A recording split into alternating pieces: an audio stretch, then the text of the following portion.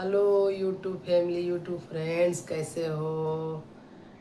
सभी को good morning. और मैं वैष्णो माँ से प्रार्थना करती हूँ आप लोग का दिनचर्या अच्छा जाए।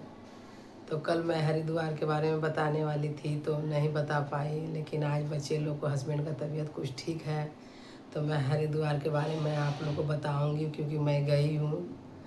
तो बताने वाली यही थी कि मैं धनबाद से देहरादून एक्सप्रेस से हरिद्वार पहुंची। वहां से हरिद्वार का दर्शन करने के बाद वहां से एक टेम्पू ट्रेवल्स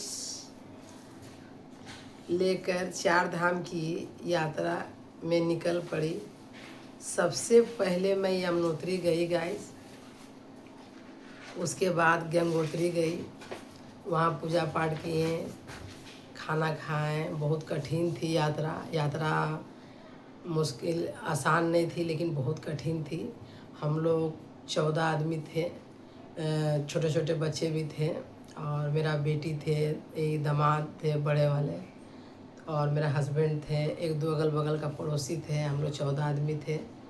और यमुनोत्री में पूजा पूजा करके हम लोग खाना वाना खाएँ। फिर वहाँ से मैंने यात्रा में निकल पड़े यमुनोत्री के। उसके बाद हम लोग यमुनोत्री के बाद फिर हम लोग केदारनाथ की यात्रा की, जिनमें काफ़ी कठिनाइयों का सामना करना पड़ा।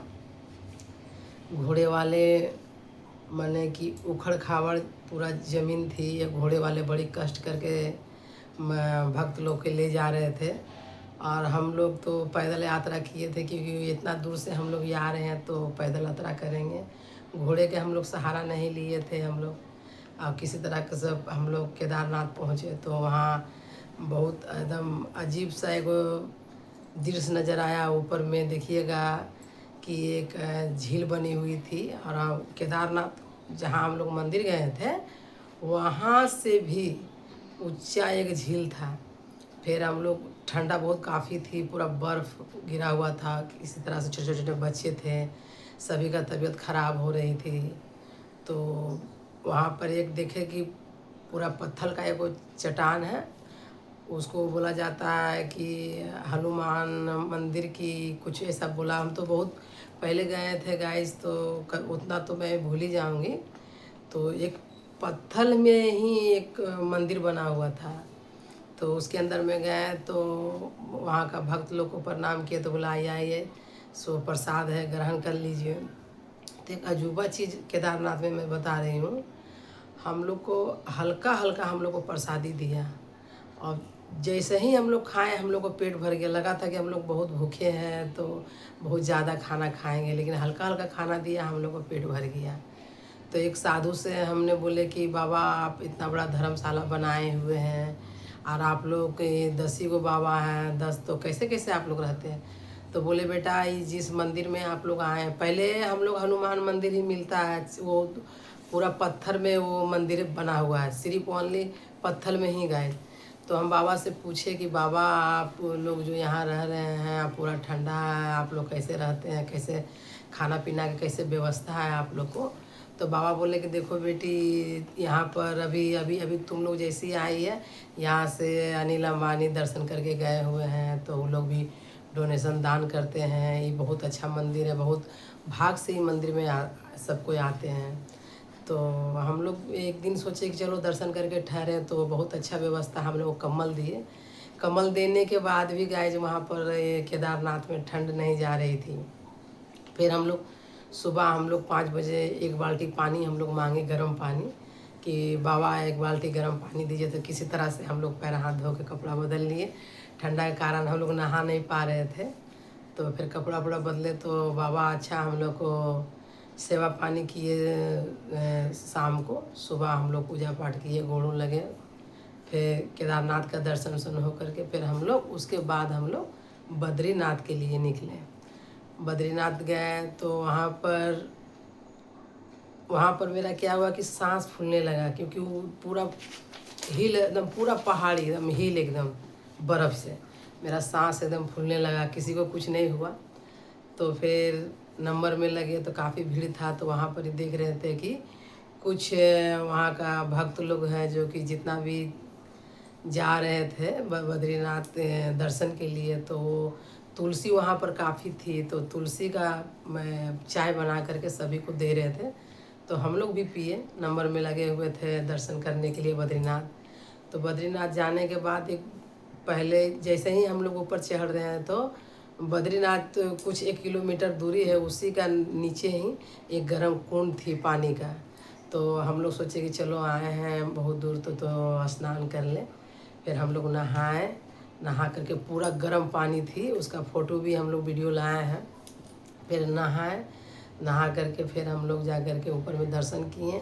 तो किन्हीं को कुछ नहीं हो रहा था, मैं काफ़ी हेल्दी मोटी थी हम, तो मेरा सांस पूरा फूल रहा था, मेरा लग रहा था कि सांस नीचे ऊपर हो रहा है। किसी तरह से बद्रीनाथ में दर्शन किए हों, बहुत अच्छा से दर्शन किए। तो वहाँ पर एक दिया है, देखिएगा गाइस, वो शायद आपको मुझे तो उतना मालूम नहीं है। जो जनवरी का महीना या ठंड में ही गाइस, वो वहाँ का कपाट, जो हरिद्वार का जो मंदिर है वहाँ का कपाट बंद हो जाती है। तो वही जो दिया जो है वो जला करके रखते, वो 6 महीना वहाँ रहता है, क्योंकि वहाँ पर कोई भी दुकान वाला नहीं रहता है, सब चले जाते हैं। यहाँ जोशीमठ में ही बद्रीनाथ का पूजा होता है, तो वहाँ सब चले जाते हैं, क्योंकि वहाँ बर्फ़ से पूरा मंदिर भी ढक जाती है। यूट्यूब गाइस, मंदिर पूरा बर्फ़ से ढक जाती है। तो मैंने दर्शन करके हाले हाले नीचे उतरे, तो मेरा वहाँ पर तबीयत बिगड़ गई थी बद्रीनाथ में। तो किसी तरह से नीचे उतरे, फिर हम लोग नाश्ता पानी वहाँ पर किए करके फिर हम लोग ट्रैवल वाला जो था उसको हम बोले कि चलिए जल्दी से नीचे। तो पूरा क्या बोले, जैसे लगता है कि आकाश ने, उस तरह का आकाश में हम लोग चढ़े हुए हैं। तो फिर हम लोग को नीचे उतरे तो शायद 1 दिन या लग ही गया होगा नीचे उतरने में। तो हरिद्वार आए तो 1 दिन हम लोग होटल लेना पड़ा। फिर वहाँ पर हम लोग आराम किए। बहुत कठिन, पैर हाथ हम लोग को फूल गया था, पैर हाथ हम लोग को छिला गया था। तो कुछ लोग बोलते हैं कि जो जाए बद्री उसका दूर हो जाए दरिद्री, लेकिन मेरा हुआ, बहुत मनकामना पूर्ण हुआ वहाँ जाने से। पहले ज़माना में क्या होता था गाइस कि अपना जो बद्रीनाथ जाते थे तो वो अपना काम क्रिया करके जाते थे, बाल मुड़वा के जाते थे कि हम जाएंगे तो लौट पाएंगे कि नहीं। लेकिन मुझे जब शादी हुआ था तो मैं बद्रीनाथ के बारे में सुनी थी, तो मुझे बहुत इच्छा था कि बद्रीनाथ जाऊं और बद्रीनाथ का दर्शन करूं। तो मेरा दर्शन हो गए, बहुत अच्छा से दर्शन किए। कठिन तो हुआ था, पैर उड़ छिला उला गया था, कठिन तो हुआ, लेकिन मैं दर्शन कर ली थी। तो इसके लिए मैं सभी भगवान को दिल से धन्यवाद देती हूँ कि मुझे भक्त, ऐसा भक्त का दर्शन किए, दिलवाए, दर्शन हुआ, मुझे अच्छा लगा। तो आप लोग भी गाइस यूट्यूब फैमिली जाइएगा तो मुझे कमेंट करके बताइए, मैं बताऊंगी, जितना मैं जानती हूँ उतना ज़रूर आप लोग को बताऊंगी।